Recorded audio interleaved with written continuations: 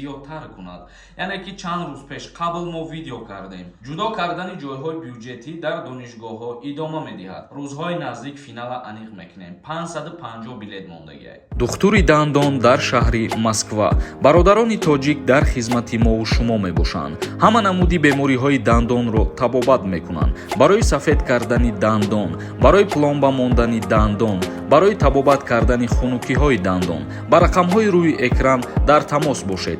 ҳатман аз номи канали мо муроҷиат кунед. духтури дандон бо нархи арзон ва дастрас. ассалому алайкум ба ҳама тамошобинони барномаҳои Сорбон Сафаров.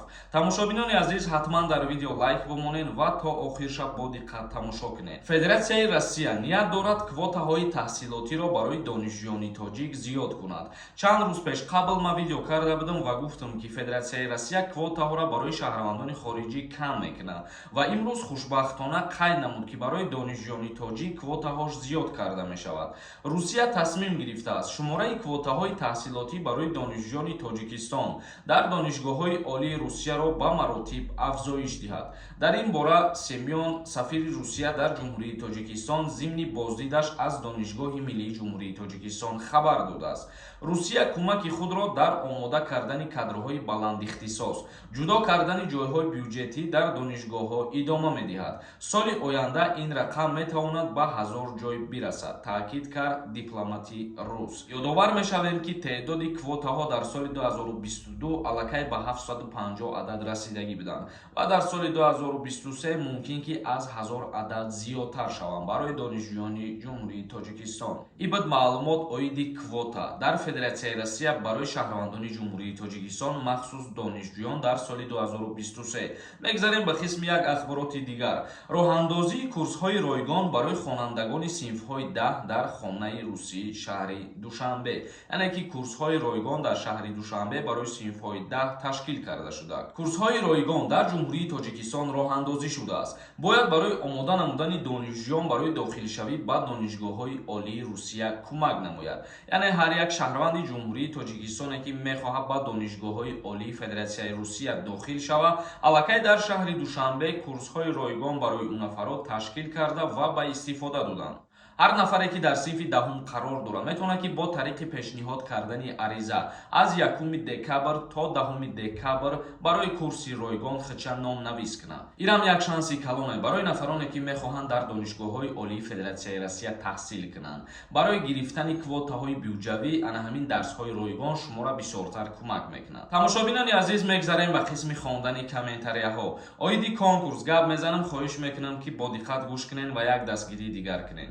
Хеле ки медонед дар канали ма конкурс рафтесай ва билет олиам ҳастай. Касое ки мехоҳанд билет бихаранд, инами картаи Сбербанкда сумтона метонед ки партоен.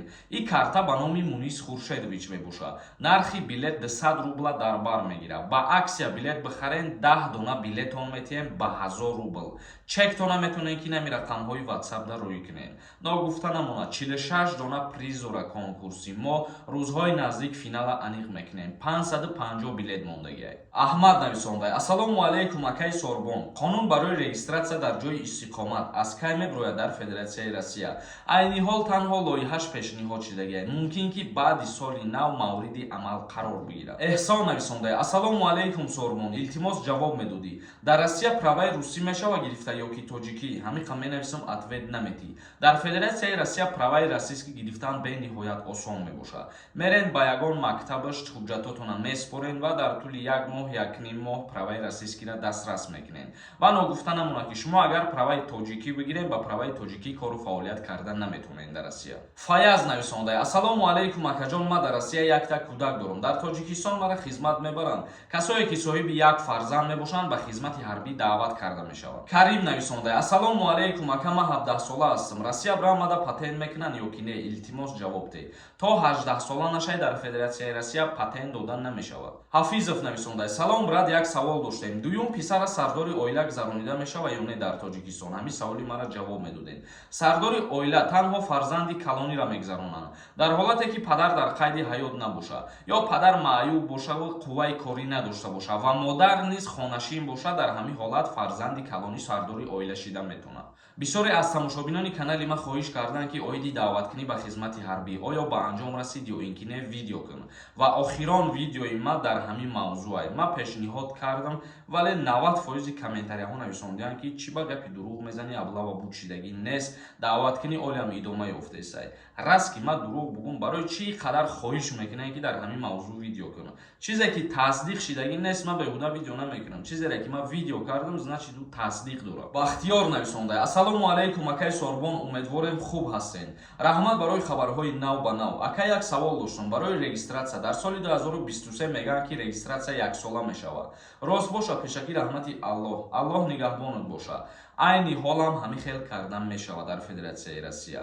3 моҳа, 6 моҳа, яксола регистратсия турӣ кардан метавонед. Ҳамаи шумо ин кора карда метавонед. Бобоҷон нависонда: ассалому алайкум ака, 3 моҳа платит кунем патента бо нархи ҳозиран мешавад? Ман дар ин бора ягон тавсия наметиҳам, чунки баъди соли нав вақте ки патент қимат мешавад, ҳама код дигар чизош иваз мешавад. Ба ҳамин хотир ҳар моҳаша супоридан гирем, тамом, риск накунед. Хариду фурӯш бизнес нависонда: ака, ман Россия рафтам, 3 моҳ истодам, омадам, не ки регистратсия надоштам, мара депортатсия мекунанд.